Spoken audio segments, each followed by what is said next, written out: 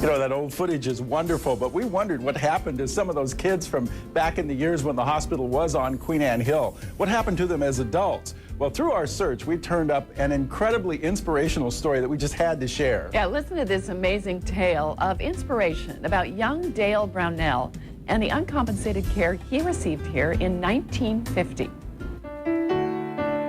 I got to know Children's in a personal way because my late husband was a patient at Children's in the old Queen Anne location when he was a little kid between the ages of 12 and sometime into his 13th year. At that time, he had a series of surgeries to replace diseased bone in his legs. He had been sent here from an orphanage in Denver, Colorado, and he was so impressed with his experiences of that year, and he got complete care. He lived at the hospital, as kids did then, and since he had no home, he lived there. He got dental care, he got his schooling, he got everything a kid that age needs, as well as his medical care. He especially appreciated the nurses, their companionship and their nurture, because they were with him night and day. They were his ersatz family. Based on the experiences of that year, he committed himself to attain two goals in his life.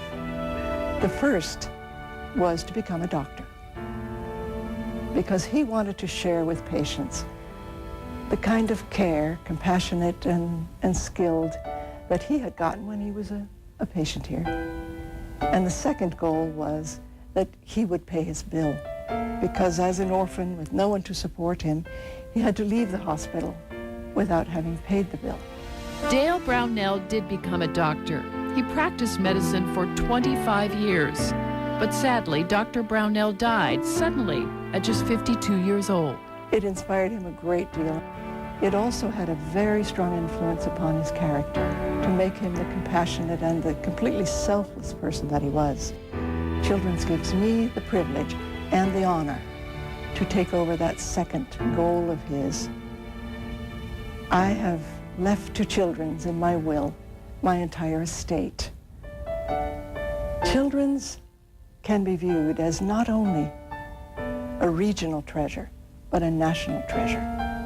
When you think of how it was begun 100 years ago, with Anna Kleiss and 23 other women volunteering to give $20 each to start a hospital for children. And that grassroots effort, which started with those women, continued to make it the unique complex that we know today. Children's has kept their commitment to care for all kids and families, regardless of their ability to pay, for all 100 years of their existence. This community has allowed this hospital to do that. The community has provided it the resources, though, and I think that's the important piece, to be able to live up to the mission that many other hospitals can only hope to have. And I'm sure it's a source of great satisfaction to you to know that your pennies, your dimes and dollars have helped to build this beautiful hospital. The commitment hasn't changed in the last 100 years, but the numbers certainly have. Our 7,500 Guild members raise money to support uncompensated care by and large. And that means that we give away between $32 and $38 million a year to families for uncompensated or undercompensated care. So right away, you can see that the philanthropic support makes this work, makes our mission work to serve children. From bake sales to penny drives to estate donations, every penny counts. There are currently 450 guilds raising that money for Children's. Guilds were the original foundation for Children's Hospital. One of those 450 guilds was started by Nancy Sensini, who has quite a family heritage here. I am the great-granddaughter of Anna Kleiss. So my grandmother was Ruth Kleiss Caldwell, and I grew up always knowing about Children's Hospital and being out here as a little girl and helping with penny drives or helping with my mother's own guild activities, a friendly exchange, whatever it was, we always were out here. It was just a part of our family, was supporting children's and making sure that we shared what we had with children's and gave back to the community. The Guild Association basically raises money for uncompensated care, but we also have what we call a funding focus, where a priority of the hospital is given to us, and we take 30% of our fundraising dollars and take it and give it to that particular focus. So it's a balancing act, and that's what the board is there for, is to manage the Guild Association and make sure we meet the needs of the hospital and of all the children here. You couldn't do it without the philanthropy. We try to maintain the caring environment that was started 100 years ago. We take it seriously, and we don't want to lose sight of that kind of feeling. That's a great story. I love that one. But, you know, so far we've looked at the past and the present, but now we'd like to focus on the future. It's difficult to show you what the future will look like. Tell you, it's a safe bet that no matter what, technology will keep advancing. And one area where this is already visible is the amazing field of robotics and robotic surgery. The robot actually allows you to sit at a console.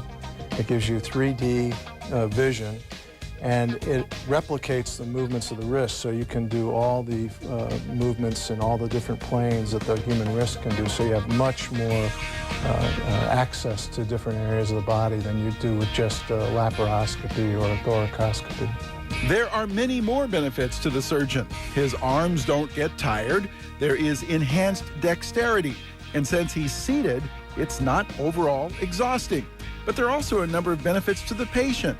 The surgeon seen here, Dr. Richard Grady, explains. I think it brings the advantages of more rapid healing, smaller incisions, so better body appearance to children, less adhesions on the inside. So there are a number of big advantages to robotic surgery. Over the next 15 to 20 years, the robot that you'll see at that point will look so different from what we have now. That would really be remarkable.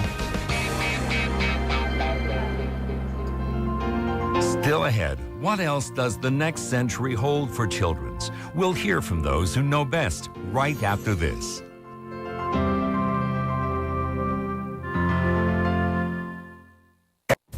We want to thank you for joining us for this special hour celebrating the 100th anniversary of Children's Hospital. As we leave you, we wanted to share some thoughts on the next 100 years from those who will help blaze the trails into the next century. I believe Children's Hospital will be setting the standard for health care throughout the world.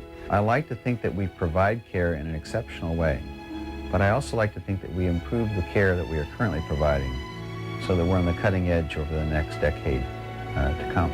We that work here every day are just as taken with the miracles that the children and the families themselves are responsible for.